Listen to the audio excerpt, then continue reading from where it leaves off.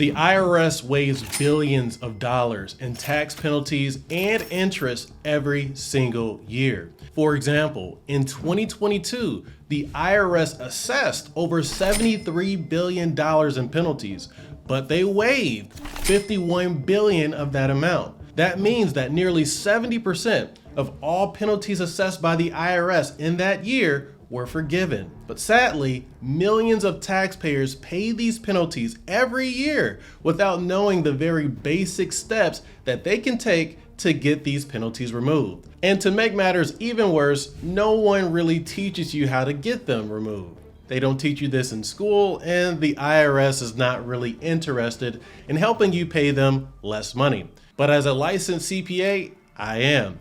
I have personally used these exact steps to save my clients thousands in additional taxes and penalties at mycpacoach.com. And today I'm going to walk you through my exact process to get these tax penalties removed. So be sure to save this video and let's jump right into it.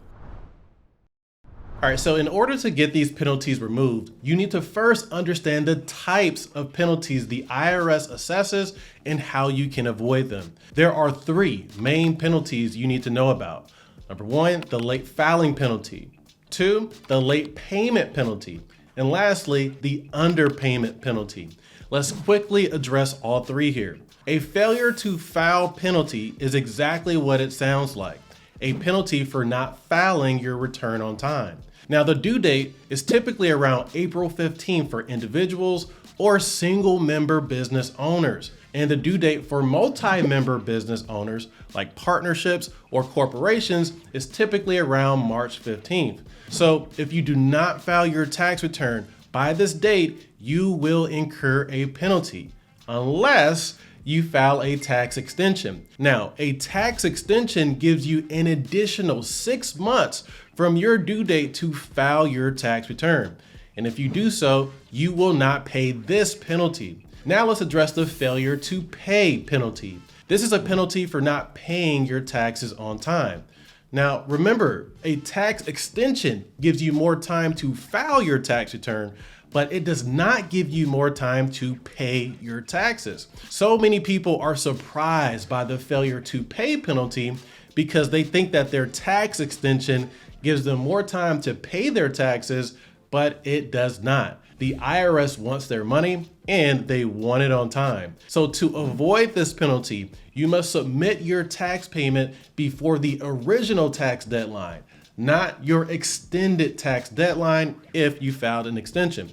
And if you want to do even better, try to pay your estimated tax liability throughout the tax year, which leads me to the third tax penalty you can pay: underpayment of estimated taxes. So look, if you expect to owe tax of $1,000 or more when you file your taxes, you are required to make estimated tax payments. You are expected to make these payments each quarter, and at a minimum, you should try to make them all before the end of the tax year. If you do not, you can be assessed the estimated tax penalty or the underpayment penalty when you file your taxes. Now, you will want to try to avoid these penalties because any one of them can be extremely costly and frustrating to deal with. I have literally had to play therapist with my clients to help them wrap their minds around paying these things. Not to mention the fact that the IRS also adds interest to these penalties, which makes the balance owed much more difficult to bear. Now, in a perfect world, you would follow these tips and you would not be penalized, but let's face it, life happens sometimes. So let's talk about how to get these tax penalties removed in the unfortunate event that they are assessed to you. I am going to break this down into 3 attempts, and ideally your penalty will be removed with the first one. Attempt number 1, use the first time penalty abatement waiver. Now, the IRS does not advertise this, but they have a first time penalty waiver that can waive your entire penalty for failure to file your tax return, failure to pay your taxes, or failure to deposit estimated tax payments before the deadline.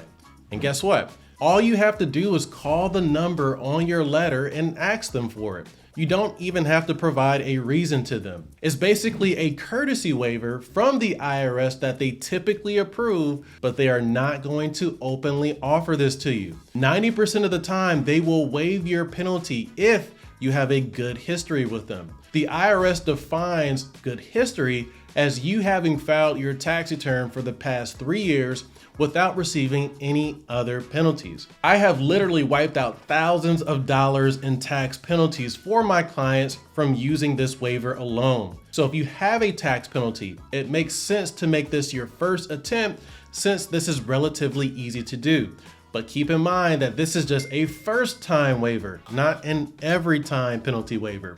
So use this wisely. Now, if for some reason this does not work or you still have additional penalties to abate, don't worry. Simply move on to the second attempt here. Attempt number 2, use Penalty Abatement Form 843.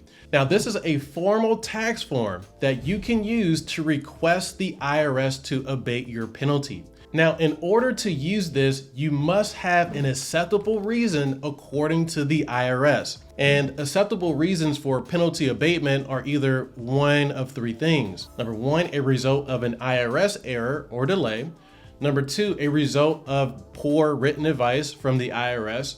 Or number 3, you have reasonable cause that can be shown, which is the best option for many people. If you have a reasonable cause that would disrupt your ability to comply with the tax rules, the IRS may accept your penalty abatement request. And here are some of the most common reasonable causes. So number 1, you have a serious health issue or illness in your immediate family. Number 2, you experience a death in your family. Number 3, you are affected by a natural disaster like a fire or civil disturbance. Or number 4, you are suffering from a financial hardship. And these are just examples. There may be other reasonable causes that the IRS may accept. These are just some of the ones that I have seen them accept according to my experience. But the bottom line here is that if the IRS made an error or you have a reasonable cause as to what led to the penalty being assessed, you can complete Form 843 and send it in to the IRS. The form is just a one-pager that asks for very basic information in addition to an explanation of your reasonable cause. So make this your second attempt to abate your penalties. Attempt number 3, make a deal with the IRS. This is the final attempt that I would make in order to remove IRS penalties. Always remember, the IRS stands for Internal Revenue Service.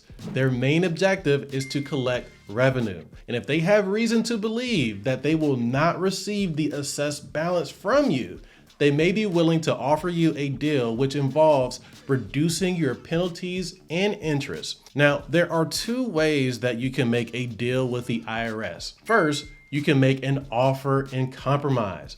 This allows you to settle your tax debt for less than the full amount that you owe. Now, in this process, the IRS will assess your ability to pay the full balance and take into consideration your unique circumstances like your income, expenses, and overall assets. And if they believe you will be unable to pay the full balance after looking at your financial situation, they may approve to settle your debt with an offer. Now, in order to submit an offer in compromise, you have to complete 2 forms, Form 433 and Form 656. I will include a link to a guide that walks you through this in the description of this video. Now, the second way you can make a deal with the IRS is through a PPIA, which stands for Partial Payment Installment Agreement. Now, this is a monthly payment plan where the IRS will forgive a portion of your tax balance if you make the monthly payments on time. Now, similar to the offer in compromise, the IRS must believe that you are unable to pay your full tax balance in order to accept you for a PPIA plan. They will look at things like your income, expenses, and assets to approve you for something like this. Otherwise, they may just offer you a standard installment plan that includes all of your interest and penalties just paid out over a period of time. But if they accept you for a PPIA, you will likely have lower payments to the IRS, and the IRS will shave some of your overall balance owed to them. Now, in order to apply for a PPIA, you must complete Form 9465 and Form 433, which I will also link to the description of this video. If you found this helpful, please help me out by clicking the like button below, and make sure you subscribe to our channel for even more ways to reduce your taxes. And by the way, if you need immediate tax assistance, like right now, just apply to work with one of my CPAs today at mycpacoach.com.